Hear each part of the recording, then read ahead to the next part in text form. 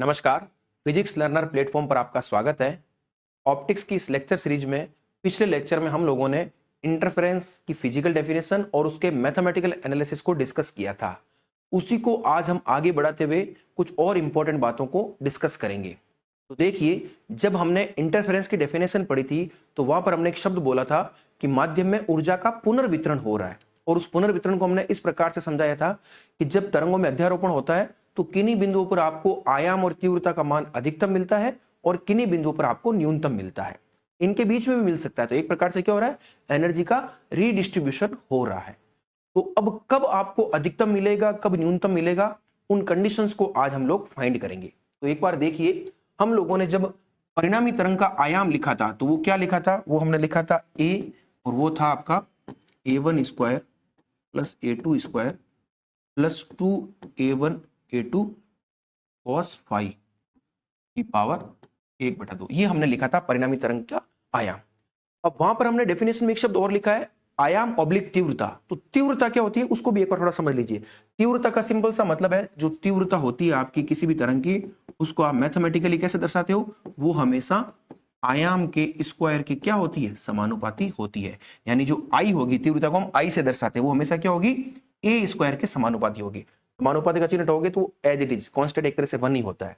तो इस आई को मैं कैसे लिख सकता हूं, इस आई को मैं लिख सकता हूं a1 square plus a2 square plus 2a1 a2 cos phi, क्योंकि जब स्क्वायर करोगे तो आपका पावर 1/2 है वो हट जाएगी। तो ये तो होगी परिणामी तरंग की तीव्रता और ये हो गया परिणामी तरंग का आयाम। अब यहां से हम क्या करेंगे, दो स्पेशल कंडीशंस को डिस्कस करेंगे। कब, एक स्थिति ऐसी होगी जब आपको क्या मिले, मैक्सिमा मिले, ठीक है ना।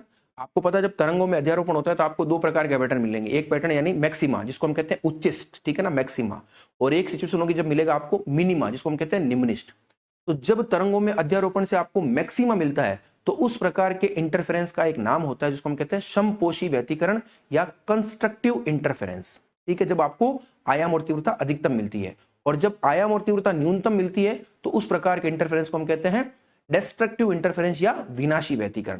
तो हमारा अगला काम क्या है, संपोषी व्यतिकरण और विनाशी व्यतिकरण को समझना और उनके आधार पर उन कंडीशंस को फाइंड करना, जब हम ये कह सकते हैं कि इस कंडीशन में मैक्सिमा होगा और इस कंडीशन में मिनिमा होगा। क्लियर है। अब देखिए, कंडीशंस को फाइंड करने के लिए क्या तरीका है, आयाम किस पर डिपेंड कर रहा है। देखो a1 a2 ये तो फिक्स है, सब 2 भी फिक्स, a1 a2 सब फिक्स। चेंज क्या हो सकता है दोनों तरंगों में, जब आपने दो तरंगें लिखी ना, एक लिखी थी y1, वो क्या थी आपकी a1 sine ax minus omega T, और एक y2 लिखी थी वो क्या थी a2 sine ax minus omega T plus phi. तो इनमें चेंज क्या हो सकता है, चेंज केवल फाई हो सकता है। कलांतर को आप बदल दीजिए, लेकिन ध्यान रखना कलांतर को बदलने का मतलब ये नहीं है कि वो कला सब बदलनी है। कलांतर जो भी आपको रखना वो रख दीजिए, एक बार जो बदल दिया फिर वो थ्रू आउट पूरे सिस्टम में क्या रहेगा, सेम रहेगा। आप बदल सकते हो, अलग अलग कलांतर के ले सकते हो, ठीक है। तो यहां पर जो भी आपको कंडीशन फाइंड करनी होगी वो किसके आधार पर फाइंड करनी होगी, इस कॉस फाई या फाई के आधार पर फाइंड करनी होगी। फाई के किन मानों के लिए ये अधिकतम होगा और किन मानों के लिए न्यूनतम होगा, उसी के आधार पर आपको पता चलेगा कि फाई के इन मानों के लिए आपको मैक्सिमम मिल रहा है और इन मानों के लिए क्या मिल रहा है, मिनिमम मिल रहा है। तो यहां पर आप चीज समझ गए पहले कि हम आगे जो भी कंडीशंस फाइंड करने वाले हैं वो किसके आधार पर फाइंड करने वाले हैं, इस कलांतर या इस फाई के आधार पर करने वाले हैं। तो आइए अब हम एक एक करके देखते हैं। तो देखिए, मैंने यहां पर सबसे पहले लिखा है समपोषी व्यतिकरण या कंस्ट्रक्टिव। ये थोड़ी स्पेलिंग मिस्टेक हो गई है, कंस्ट्रक्टिव है, ठीक है ना, याद रखना, कंस्ट्रक्टिव इंटरफेरेंस। यहां पर मैंने क्या लिखा है कि इस स्थिति में परिणामी तरंग का आयाम या तीव्रता अधिकतम होती है। बता ही दिया आपको, कंस्ट्रक्टिव का मतलब क्या हो गया, संपोषी का मतलब आपको अधिकतम मिल जाएगी। तथा व्यतिकरण प्रतिरूप में उच्चिष्ट, क्योंकि आपको पता है जब इंटरफेरेंस एक्सपेरिमेंट होता है तो स्क्रीन पर्दे पर आपको प्रतिरूप मिलता है, ठीक है ना, इस प्रकार से वेव्स के रूप में जो भी प्रतिरूप मिलता है। तो जब संपोषी व्यतिकरण होगा तो आपको उस प्रतिरूप में कैसा मिलेगा, मैक्सिमम मिलेगा, ठीक है। और इस स्थिति में अध्यारोपित होने वाली तरंगों में पथांतर या कलांतर को निम्न प्रकार लिखा जा सकता है। अब देखिए आप एक बार पहले इसको, ठीक है ना, पथांतर कलांतर, ये भी मैं आपको थोड़ा बता देता हूं क्या मतलब है। कलांतर तो आप जानते हो, कलांतर को आप कैसे लिखते हो, फाई से लिखते हो, और पथांतर को हम लिखते हैं डेल्टा से। पथांतर और कलांतर, पथांतर का मतलब हो गया कि जब आप लैम्बडा के रूप में सारी कैलकुलेशन कर रहे हो। तो यहां पर मैं अभी आपको बताऊंगा कि पथांतर कलांतर में आपस में क्या रिलेशन है। यहां पर हम कंडीशन तो किसके रूप में निकालेंगे, फाई के रूप में नहीं निकालेंगे, और फाई को निकाल करके फिर उसको हम डेल्टा या पथांतर के रूप में भी लिख देंगे, वो मैं आगे बताऊंगा। तो देखिए, समपोषी व्यतिकरण की जब हम बात करेंगे तो आपका जो आयाम है ए, इसको आप लिखते हो a1 square plus a2 square plus 2a1 a2 cos phi की पावर 1/2, ये अधिकतम होना चाहिए। और मैंने आपको बता दिया अधिकतम कब होगा, जब आपका cos फाई अधिकतम होगा। तो आप लिख लीजिए फॉर ए मैक्सिमम, यानी ए मैक्सिमम कब होगा, जब आपका क्या हो, जब आपका cos फाई क्या हो, 1 हो। और cos फाई 1 कब होता है, cos फाई 1 होता है हमेशा cos 2n पाई के लिए, 2n पाई के लिए हमेशा cos फाई क्या होता है, 1 होता है। जहां पर n क्या आपका, n है 0 1 2 3। आप देख लीजिए, आप जब 0 रखोगे तो cos 0 क्या होता है, 1। जब आप 1 रखोगे तो cos 2 पाई क्या होता है, 1। जब 2 रखोगे तो cos 4 पाई क्या होता है, 1। इसी प्रकार से आपको ध्यान रखना है। क्या पता चल गया, समपोषी व्यतिकरण में a मैक्सिमम होना चाहिए, और a मैक्सिमम होने के लिए cos फाई को क्या होना पड़ेगा, 1 होना पड़ेगा। और cos फाई 1 cos के किन किन मानों के लिए हो सकता है, cos 2n पाई के लिए हो सकता है। तो यहां से मेरे पास एक कंडीशन आ गई, phi is equal to 2n pi. ये वेरी इंपॉर्टेंट कंडीशन है, किसके लिए, ये कंडीशन है आपकी कलांतर समपोषी व्यतिकरण में। तो यानी जब आपने शुरुआत में जो दो तरंगे लिखी थी, कौन कौन सी, y1 और y2, ठीक है, y1 y2 जब लिखी थी तो एक में था आपके kx माइनस ओमेगा टी और एक में था kx minus omega T plus phi. तो फाई अगर आप इस प्रकार से लेते हो, या तो 0 या 2 पाई या 4 पाई, ठीक है ना, इसको आप ऐसे लिख सकते हो 0 2 पाई 4 पाई 6 पाई। इस प्रकार का कलांतर अगर तरंगों में है और उनमें अगर अध्यारोपण हो रहा है तो आपको हमेशा क्या मिलेगा, समपोषी व्यतिकरण मिलेगा। तो ये कंडीशन किसकी आ गई, समपोषी व्यतिकरण कंडीशन आ गई। वेरी इंपॉर्टेंट कंडीशन है, आपको हमेशा याद रखनी है, phi is equal to 2n pi. अब ये तो हमने कलांतर के रूप में निकाल ली। अब आपने यहां लिखा एक लाइन कि जब समपोषी व्यतिकरण होता है तो अध्यारोपित होने वाली तरंगों में पथांतर ऑब्लिक कलांतर को निम्न प्रकार लिखा जा सकता है। तो कलांतर को तो हमने ऐसे लिख दिया, अब पथांतर को आप कैसे लिखोगे, उसको आप एक बार देखिए थोड़ा, तो उसको आप ऐसे देखिए एक बार सॉरी। अब देखिए, यहां पर मैं एक रिलेशन लिख रहा हूं कि जो आपका पथांतर होता है और जो आपका कलांतर होता है, इनमें आपस में क्या रिलेशन होता है उसको आप देखिए। तो उस रिलेशन को हम ऐसे लिखते हैं कि पथांतर को लिखते हैं आप डेल्टा से, ये डेल्टा को आप ऐसे लिखते हो लैम्बडा अपॉन 2 पाई, और यहां पर कलांतर फाई। ये एक फॉर्मूला है जो आपको ध्यान रखना है, पथांतर और कलांतर में इस प्रकार से रिलेशन लिखा जाता है। तो यूज कर लेते हैं इसका, देखो तो डेल्टा ये हो गया लैम्बडा, ये 2 पाई, और समपोषी व्यतिकरण में कलांतर कितना है 2n पाई। तो 2 पाई से तो 2 पाई चला गया, तो यहां पर आपके क्या बच गया, सिंपली डेल्टा बच गया लैम्बडा। वेरी इंपॉर्टेंट रिलेशन, ये रिलेशन इतना आगे काम आएगा, हर जगह ये काम आने वाला है, तो इसको अच्छे से याद रखिएगा।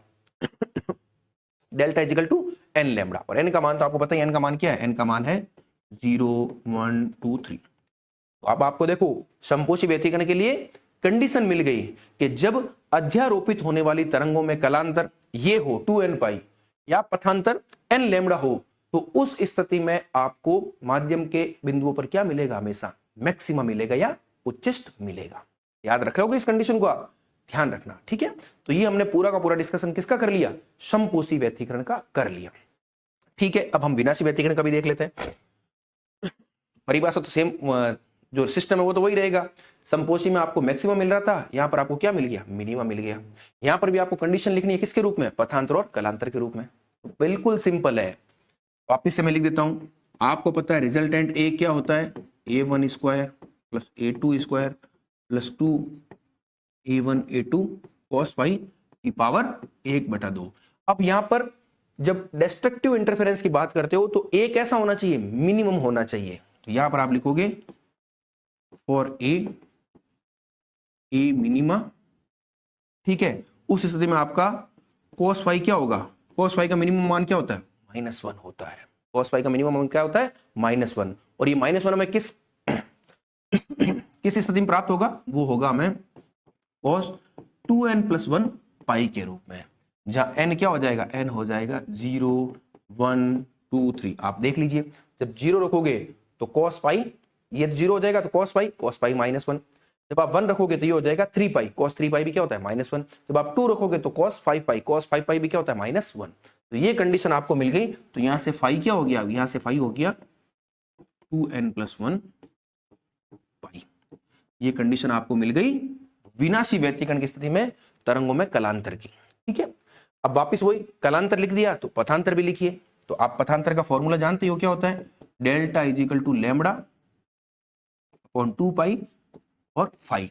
तो यहां से मेरा पथांतर क्या हो जाएगा, डेल्टा ये लैम्बडा ये 2 पाई ये 2n+1 पाई। तो मैं यहां क्या करता हूं, इस ब्रैकेट से 2 बार कॉमन लेता हूं तो 2 पाई तो कैंसिल हो जाएगा। तो रिजल्टेंट जो मुझे डेल्टा मिलेगा वो क्या हो जाएगा, देखो वो हो जाएगा अंदर n, 2 कॉमन लिया तो ये हो गया n+½ और यहां पर लैम्बडा। तो ये कंडीशन मेरे को मिल गई इसके लिए, विनाशी व्यतिकरण में पथांतर के लिए। ये कंडीशन है विनाशी व्यतिकरण में कलांतर के लिए और ये कंडीशन है विनाशी व्यतिकरण में पथांतर के लिए। मेरे हिसाब से आपको बहुत आसानी समझ में आ गया। इन दोनों कंडीशंस को आपको याद रखना है, बहुत आसान है। ये फॉर्मूला तो आपको हर समय याद रखना ही रखना है। तो इस फॉर्मूले से आराम से कंडीशन निकल जाएगी। एक बार आपको cos फाई को मैक्सिमा करना है, एक बार आपको cos फाई को मिनिमम करना है, तो उससे आपको कंडीशंस मिल जाएगी। अब हम इसको थोड़ा और डिटेल में देखते हैं क्या चीजें और हो सकती है। अब यहां पर हमने समपोषी और विनाशी व्यतिकरण के लिए कंडीशन तो फाइंड कर ली। अब हम इन दोनों ही व्यतिकरण के लिए कुछ चीजों को लिस्ट आउट करते हैं ताकि वो हमारे न्यूमेरिकल पर्पज के हिसाब से बहुत काम आने वाली है। तो देखिए यहां पर हम कुछ लिस्ट आउट करते हैं। यहां पर मैंने एक तरफ लिखा है समपोषी व्यतिकरण, एक तरफ लिखा है विनाशी व्यतिकरण। तो अभी आपने निकाला है कि समपोषी व्यतिकरण की स्थिति में जो आपका फाई होता है वो क्या होता है 2n पाई और जो आपका डेल्टा होता है वो क्या होता है n लैम्बडा। उसी प्रकार से विनाशी व्यतिकरण में जो आपका फाई होता है वो क्या होता है 2n+1 पाई और जो डेल्टा होता है वो होता है आपका n+½ लैम्बडा। अब हम ये देखेंगे कि जो रिजल्टेंट एम्पलीट्यूड आपने लिखा था कोई एक पर्टिकुलर पॉइंट के लिए, वो रिजल्टेंट एम्पलीट्यूड जब समपोषी व्यतिकरण हो रहा है तब क्या होगा और वही रिजल्टेंट एम्पलीट्यूड जब विनाशी व्यतिकरण हो रहा है तब क्या होगा। तो देखिए आपको ये पता है कि जो आपका रिजल्टेंट एम्पलीट्यूड होता है उसको आपने लिखा कैसे था, उसको आपने लिखा था a1² + a2² + 2a1a2 cos phi. इस प्रकार से लिखा था आपने रिजल्टेंट एम्पलीट्यूड को। लेकिन जब आप समपोषी व्यतिकरण की बात करोगे, किसकी, समपोषी व्यतिकरण की, तब ये आपका रिजल्टेंट जो ए होगा वो कैसा हो जाएगा, ए मैक्सिमम हो जाएगा। और मैक्सिमम कब होगा, जब आपका फाई क्या हो 2n पाई हो और cos 2n पाई हमेशा क्या होता है 1 होता है। तो आपके पास ए मैक्सिमम क्या हो गया a1² + a2² + 2a1a2 की पावर 1/2। और ये क्या है, ये है a1 + a2 का होल स्क्वायर। ये है आपका a1 + a2 का होल स्क्वायर। तो यहां से आप देखो क्या हो गया, आपका a मैक्सिमम क्या आ गया, ये होल स्क्वायर है और इसकी पावर 1/2 पहले से ही है तो पावर से पावर कट जाएगा। तो ये हो गया आपका a1 + a2। बहुत इंपॉर्टेंट एक्सप्रेशन है कि जब आप मैक्सिमम निकालोगे तो मैक्सिमम आपको इस प्रकार से मिलेगा कि दोनों तरंगों के आयाम को आपने क्या कर दिया, एडअप कर दिया। तो ये आपको a मैक्सिमम मिल गया। अब आपको चीजें भी पता है कि आपने तीव्रता की बात भी की थी। तो अगर मैं I मैक्सिमम लिखना चाहूं तो I मैक्सिमम को मैं कैसे लिखूंगा, आपको मैंने एक चीज बताई थी, क्या बताई थी, इसको आप एक बार यहां देखिए, हल्का सा छोटा सा बॉक्स बना के मैं दिखाता हूं। जो आपका I होता है वो हमेशा क्या होता है, आयाम के स्क्वायर के समानुपाती होता है। तो देखिए अगर मैं इस फॉर्मूले में जाऊं, इस वाले फॉर्मूले में, तो इस फॉर्मूले के हिसाब से मैं क्या लिख सकता हूं, ऐसे देखिए इसको, I मैक्सिमम क्या हो जाएगा, I मैक्सिमम मेरा हो जाएगा इस फॉर्मूले के हिसाब से a1²।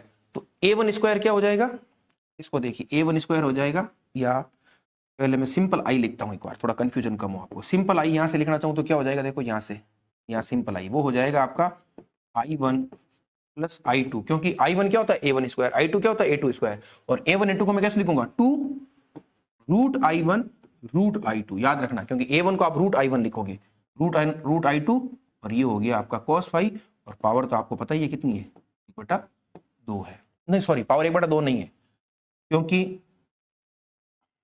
मैं बताता हूं क्यों नहीं है पावर 1/2, क्योंकि आयाम जो होता है, सॉरी तीव्रता जो होती है वो तो आयाम का स्क्वायर होती है, तो ये पावर 1/2 तो वैसे ही हट गई। अब इसको अगर आपको आई मैक्सिमा लिखना हो, आई मैक्सिमा लिखोगे तो क्या होगा, देखो cos फाई तो आपका 1 हो गया, तो रिजल्टेंट क्या बच गया, ये बच गया I1 plus I2 plus 2√I1, दोनों को साथ लिख देता हूं I2, ठीक है। ये आपका हो गया आई मैक्सिमा। याद रखना इस फॉर्मूले को। इसको आप ऐसे भी लिख सकते हो, कैसे, आई मैक्सिमम, इसको मैं ऐसे लिख सकता हूं, देखो √I1 प्लस √I2 का होल स्क्वायर।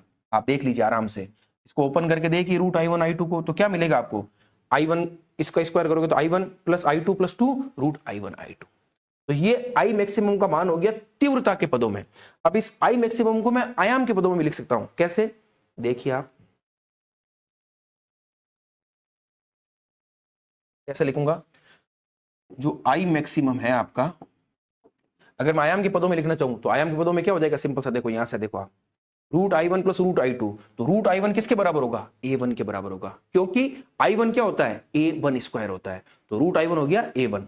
तो ये सिंपल सा हो गया आपका A1 प्लस A2 का होल स्क्वायर। तो देखिए आपके पास तीव्रता का मान आयाम के पदों में भी आ गया और तीव्रता के पदों में भी आ गया। तो ये सारे फॉर्मूले आपको ध्यान रखने, बस एक चीज याद रख लीजिए, बाकी तो अपना आप उससे बन जाएंगे। तो A मैक्सिमम क्या हो गया, A1 प्लस A2, आई मैक्सिमा क्या हो गया, A1 प्लस A2 का होल स्क्वायर, और आई मैक्सिमा तीव्रता के पदों में क्या हो गया, √I1 प्लस √I2 का होल स्क्वायर। क्लियर है। तो ये हमने सारा का सारा लिस्ट आउट कर लिया संपोषी व्यतिकरण के लिए। अब हम इसी प्रकार से विनाशी व्यतिकरण के लिए कर लेते हैं, बहुत आसान है। देखिए अब देखिए इसको एक बार, अब सेम इसी तरह से लिखना है। ए तो आपका सेम है। अब जब मैं बात करता हूं ए मिनिमा की, तो ए मिनिमा करूंगा तब ये मेरा cos फाई क्या हो जाएगा, -1 हो जाएगा। जैसे ये -1 होगा तो यहां पर आएगा माइनस। तो देखिए A1 square plus A2 square minus 2A1 A2 की पावर 1/2। तो यहां से आपका ए मिनिमा क्या हो गया, ये हो गया A1 माइनस A2 का होल स्क्वायर, होल स्क्वायर और 1/2 पावर कैंसिल आउट हो जाएगी। तो ये आपके पास आ गया विनाशी व्यतिकरण की स्थिति में परिणामी आयाम। तीव्रता के पदों में लिखना है तो सेम वो का वो ध्यान रखना है, जहां प्लस था वहां माइनस कर दीजिए बस। तो आई मिनिमा अगर मैं आयाम के पदों में लिखना चाहूं तो ये हो जाएगा A1 माइनस A2 का होल स्क्वायर, और अगर इसी आई मिनिमा को मैं तीव्रता के पदों में लिखना चाहूं तो वो हो जाएगा √I1 माइनस √I2 का होल स्क्वायर। तो ये जितने भी फॉर्मूले मैंने यहाँ पर आपके लिस्ट आउट किए हैं, उन सभी फॉर्मूलों को आपको ध्यान रखते हुए आगे बढ़ना है। तो व्यतिकरण की घटना का जो मैथमेटिकल एनालिसिस हमने स्टार्ट किया था पिछले लेक्चर में, उसको मैंने आज के लेक्चर के साथ कंप्लीट कर दिया है। अब आपको कंप्लीट डिस्क्रिप्शन मिल गया है। उस फिजिकल डेफिनेशन में जो जो चीजें आई थी वो मैंने सारी आपको बता दी। एक इंपॉर्टेंट चीज है जो अब आपको ध्यान रखनी है। मैंने एक शब्द बोला था कि दोनों तरंगों के आयाम लगभग समान होने चाहिए, उसको अब मैं आपको बता सकता हूं वो मैंने क्यों बोला था। देखिए आप इसको एक बार ध्यान से देखना। एक तरंग का आयाम A1 है, दूसरी का A2 है। अब मान लीजिए, सपोज करो मैंने A को कह दिया कोई 100 यूनिट कह दिया। अब 100 क्या आप छोड़िए, एक बार मान लीजिए A1 का मान कोई 100 है और A2 का मान मान लीजिए कोई 99 है, तो लगभग समान है। अब मैंने ऐसा क्यों कहा, एक सिचुएशन तो 99 की ली और एक सिचुएशन मैंने ले ली कि A2 मान लीजिए आपके पास क्या है, थोड़ा कम और कम ले लेते हैं। A2 मान लीजिए आपके पास 10 ही है, ठीक है ना, अलग हो गया कुछ भी मान, 10 भी हो सकता है, 50 भी हो सकता है, कुछ भी हो सकता है। अब दो केस को डिस्कस करते हैं। सपोज करो मैं पहले इस केस को अगर लेता हूं कि एक 100 है एक 99 है, तो इस केस का क्या मतलब है कि दोनों का आयाम लगभग समान है। जब लगभग समान है तो उस स्थिति में रिजल्टेंट एम्पलीट्यूड में मैक्सिमा कब होगा, इस केस में आपका ए मैक्सिमा कितना है 199 और ए मिनिमा कितना है 1।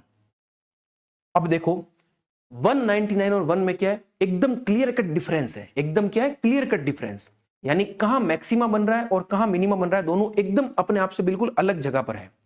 तो कहने का मतलब क्या हो गया कि व्यतिकरण प्रतिरूप में आपको मिलता क्या है, पैटर्न मिलता है। पैटर्न का मतलब कहीं पर मैक्सिमा कहीं पर मिनिमा, और अगर वो मैक्सिमा मिनिमा इस प्रकार से मिल रहे हैं कि मैक्सिमा एक अलग जगह पर या मैक्सिमा मिनिमा में एक क्लियर कट आपको सेपरेशन दिखाई दे, तब आप क्या कहोगे, जो व्यतिकरण प्रतिरूप है वो स्पष्ट है। अब इस केस को देखते, देखो इस केस को, इस केस में आपको ए मैक्सिमा क्या मिल रहा है 110 और ए मिनिमा क्या मिल रहा है 90। तो यहां पर भी अलग तो है, लेकिन जितना इन दोनों में डिफरेंस है उतना थोड़ी है। यहां पर तो ऐसा लग रहा है जैसे मैक्सिमम मिनिमा लगभग पास ही बन गए। तो जब आप उस पैटर्न को देखोगे तो पैटर्न आपको उतना स्पष्ट दिखाई नहीं देगा। मैंने क्या कहा, ये सिर्फ इसलिए ले रहे हैं ताकि पैटर्न आपको अच्छे से दिखाई दे। तो वो जो शब्द था ना आयाम लगभग समान होने चाहिए, वो सिर्फ इसलिए है ताकि जब मैक्सिमा और मिनिमा बने तो वो एकदम उनमें क्लियर कट सेपरेशन हो, ताकि वो पैटर्न आपको क्या दिखे, एकदम बेटर कॉन्ट्रास्ट के साथ दिखे, ठीक है ना, अच्छा एकदम स्पष्ट रूप से दिखे। तो ये मैं आपको बताना चाह रहा था बस, ठीक है ना, बस यही रीजन था। व्यवस्थित और एकदम साफ सुथरा आपको क्या मिल जाए, व्यतिकरण प्रतिरूप मिल जाए और स्पष्ट रूप से दिखाई देने वाला मिल जाए, इसीलिए आयाम क्या होते हैं, लगभग समान रखे जाते हैं। ठीक है, तो ये था, तो ये पूरा हमने मैथमेटिकल एनालिसिस इसका देख लिया है। अब इसमें एक ऊर्जा पुनर्वितरण का ग्राफ भी आता है, ठीक है ना, उस ग्राफ को मैं यहां बना देता हूं ताकि आपको और अच्छे से क्लियर हो जाए। तो आप एक बार देखिए उस ग्राफ को कैसे बनाते हैं, ठीक है, मैं बना के बताता हूं आपको एक बार। तो अब हम लोग इन कंडीशन के आधार पर एक ग्राफ को देखते हैं। देखिए मैंने एक ग्राफ बनाया है, ये बेसिकली एनर्जी रिडिस्ट्रीब्यूशन जो हमने शब्द कहां में लिया था, ऊर्जा का पुनर्वितरण, ठीक उसी प्रकार का ग्राफ है। यहां पर देखिए मैंने इस स्केल पर तीव्रता को दर्शा दिया और यहां पर मैंने कलांतर को ले लिया और इस प्रकार से आपको रिजल्टेंट मिल रहा है। तो ये चीज तो आपको पता है कि देखिए जो आपका 0 है, जो आपका 2 पाई है, प्लस होता है माइनस से कोई फर्क नहीं पड़ेगा, ठीक है ना, ये -2 पाई मतलब 0, 2 पाई, 4 पाई, उन सब पर आपको मैक्सिमम मिल रहा है। तो देखो यहाँ मैक्सिमम मिल रहा है, यहाँ भी मैक्सिमम मिल रहा है, और पाई हो, ठीक है ना, 3 पाई हो, इन सब पर आपको क्या मिल रहा है, मिनिमा मिल रहा है। तो उस ग्राफ से तो आपको पता चल गया, बिल्कुल सिंपल सी बात है। मेन चीज ये है कि ये जो मैंने डायग्राम बनाया, आप बहुत सी बुक में देखोगे तो उसमें ये इस प्रकार की लाइन यहाँ नहीं मिलती है, सीधा डायग्राम क्या है, इसी लाइन से बना दिया जाता है। ये मैंने सिर्फ आपको जो फिजिक्स का कॉन्सेप्ट हमने सीखा है या जो हमने विजुअलाइज किया उसको समझने के लिए बनाया है। देखिए मैंने यहाँ पर दो शब्द लिखे, a1 - a2 का होल स्क्वायर और a1 + a2 का होल स्क्वायर। तो अब आपको पता है कि a1 a2 जो है वो दोनों एकदम बराबर नहीं है, और एकदम बराबर नहीं है तो a1 - a2 जीरो नहीं होगा, जीरो नहीं होगा, इसीलिए ये जो ग्राफ है आपका इस स्केल से शुरू नहीं हो रहा है, क्योंकि अगर इस स्केल से शुरू होगा तो आयाम या तीव्रता उसका मान 0 होना चाहिए, लेकिन 0 होता नहीं है। इवन जब आप विनाशी व्यतिकरण की बात भी करोगे तब आपको आयाम या तीव्रता का कुछ न कुछ मान जरूर मिलेगा। इस वजह से मैंने इसको थोड़ा क्या कर दिया, इस 0 वाली स्केल से थोड़ा ऊपर ले लिया, बस ये ध्यान रखना है, और बाकी तो बिल्कुल सिस्टमेटिक है। तो ये डायग्राम है कि व्यतिकरण की घटना में किस प्रकार से ऊर्जा पुनर्वितरण हो रहा है या किन किन स्थानों पर आपको संपोषी और विनाशी व्यतिकरण मिल रहे हैं। तो ये बहुत इंपॉर्टेंट लेक्चर था जिसके अंतर्गत हमने कंडीशंस को डिस्कस किया।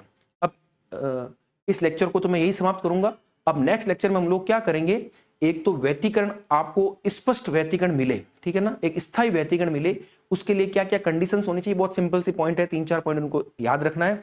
और फिर जो हमने ये चीजें सीखी है मैथमेटिकली, इन पर बेस्ड कुछ न्यूमेरिकल प्रैक्टिस हम करेंगे, ताकि जो कॉन्सेप्ट हमने सीखा है वो हम इंटरनलाइज यानी उसको हम सीख पाए या नहीं पाए उसका भी अभ्यास अच्छे से हो जाएगा, और वो न्यूमेरिकल एग्जाम में पूछे भी जाते हैं। Okay, thank you.